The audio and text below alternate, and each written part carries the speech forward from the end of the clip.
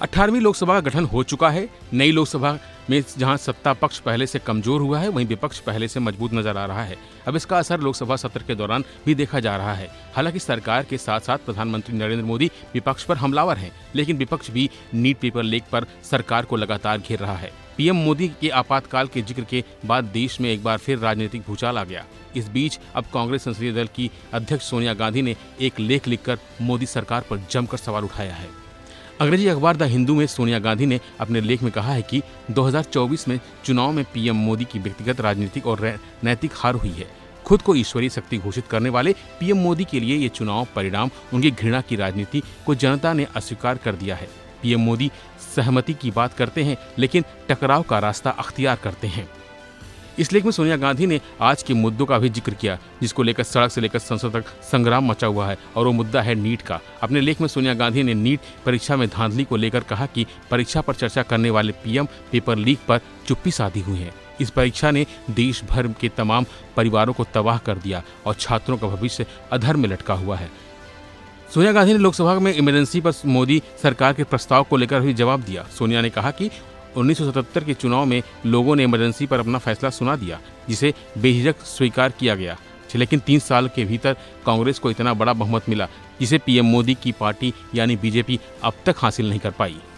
सोनिया गांधी यही नहीं रुकी। अपने लेख में आगे उन्होंने लिखा कि भारत में अल्पसंख्यकों के खिलाफ हिंसा और धमकी का अभियान एक बार फिर तेज हो गया है। भारतीय जनता पार्टी शासित राज्यों में बुलडोजर फिर से अल्पसंख्यकों के घर को महज आरोपों के आधार पर ध्वस्त कर रहा है, उचित प्रक्रिया का उल्लंघन कर रहे हैं और सामूहिक दंड दे रहे हैं।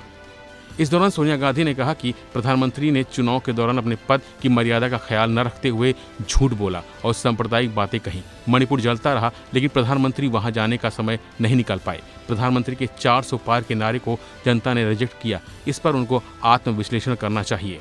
यानी कुल मिलाकर सोनिया गांधी ने अपने आर्टिकल के माध्यम से पीएम मोदी और बीजेपी को खूब सुनाया। लिहाजा अब देखना होगा कि बीजेपी इसका किस तरह से जवाब देती है। सोनिया गांधी ने अपने लेख में संसद सत्र के संचालन के तरीके पर भी सवाल उठाए हैं और निराशा व्यक्त की। सोनिया गांधी ने लिखा कि 18वीं लोकसभा की शुरुआत में ही सदन में मतभेद हो गया और किसी को भी साथ लेकर नहीं चला गया। पीएम आम सहमति की बात तो करते हैं, लेकिन टकराव को बढ़ावा देते हैं। वहीं सोनिया गांधी के आर्टिकल को लेकर विपक्ष के नेताओं की प्रतिक्रिया सामने आई है। आरजेडी के राज्यसभा सांसद मनोज झा ने कहा कि सोनिया गांधी ने सरकार को आईना दिखाया है, देश में आज भी इमरजेंसी है। वहीं शिवसेना यूटीवी के राज्यसभा सांसद संजय राउत ने कहा कि सोनिया गांधी की बात सही है, जो जनादेश 2024 में आया वह नरेंद्र मोदी की व्यक्तिगत हार है। वहीं मोदी अपने दम पर 400 पार की बात कर रहे थे। राहुल गांधी को शहजादा बोलते थे, लेकिन आज शहजादे ने आपको हरा दिया। अब सिर्फ जुगाड़ करके सत्ता में बैठे हैं। इस खबर में फिलहाल इतना ही। बाकी अपडेट लिए बने रहिए वन इंडिया हिंदी के साथ।